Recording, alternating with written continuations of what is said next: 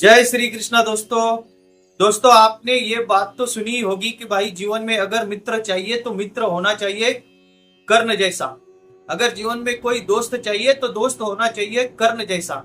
लेकिन ये बात क्यों कही जाती है? तो दोस्तों चलिए आपको इस बात का रहस्य मैं आपको बताता हूँ। जब महाभारत का युद्ध कुरुक्षेत्र में हो रहा था, तभी जब कौरवों की ओर से पितामह भीष्म सेना अध्यक्ष का कार्य कर रहे थे, लेकिन जब पितामह भीष्म की मृत्यु हो गई उसके बाद कौरवों की सेना का दायित्व कर्ण पे आ गया। और कर्ण पे आ गया तभी भगवान कृष्ण ने सोचा कि भाई कौरवों की सेना में एक में वो ऐसा योद्धा है कर्ण जो पांडवों को हरा सकता है।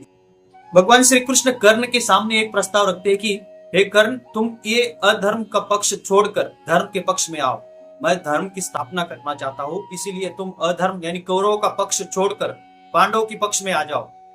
कर्ण ने भगवान श्री कृष्ण से कहा कि हे वासुदेव, आप मुझे मेरे मित्र से विद्रोह करने के लिए कह रहे हैं, जब आप तो जानते हैं कि जब बड़ी सभा में मेरा विद्रोह किया गया था, बड़ी सभा में मेरा अपमान किया गया था, सभी ने मुझे सुतपुत्र कहलाकर युद्ध शस्त्र चलाने से मना किया था, तभी उसी मेरे मित्र ने दुर्योधन ने मुझे अंग देश का राजा बनाकर मेरा सम्मान किया था। मुझे दरबार में शस्त्र उठाने की ताकत दिलाई थी, और मैं भला अपने मित्र के साथ विद्रोह कैसे कर सकता हूँ?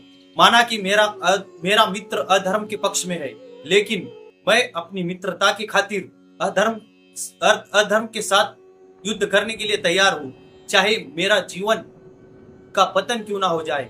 मैं अधर्म से ही मैं अपनी मित्रता की खातिर अपने दोस्त को धोखा नहीं दे सकता। मैं अधर्म से ही युद्ध करूंगा, चाहे मेरा ये जीवन रहे या नहीं रहे। कर्ण ये जानते हुए भी कि दुर्योधन अधर्म के पक्ष में है, फिर भी अपनी मित्रता की खातिर उसने दुर्योधन की तरफ से ही अंत तक अपने प्राण जाने तक कौरव के पक्ष में ही उसने युद्ध किया और अपने प्राण अपने मित्र के लिए न्यौछावर कर दिए।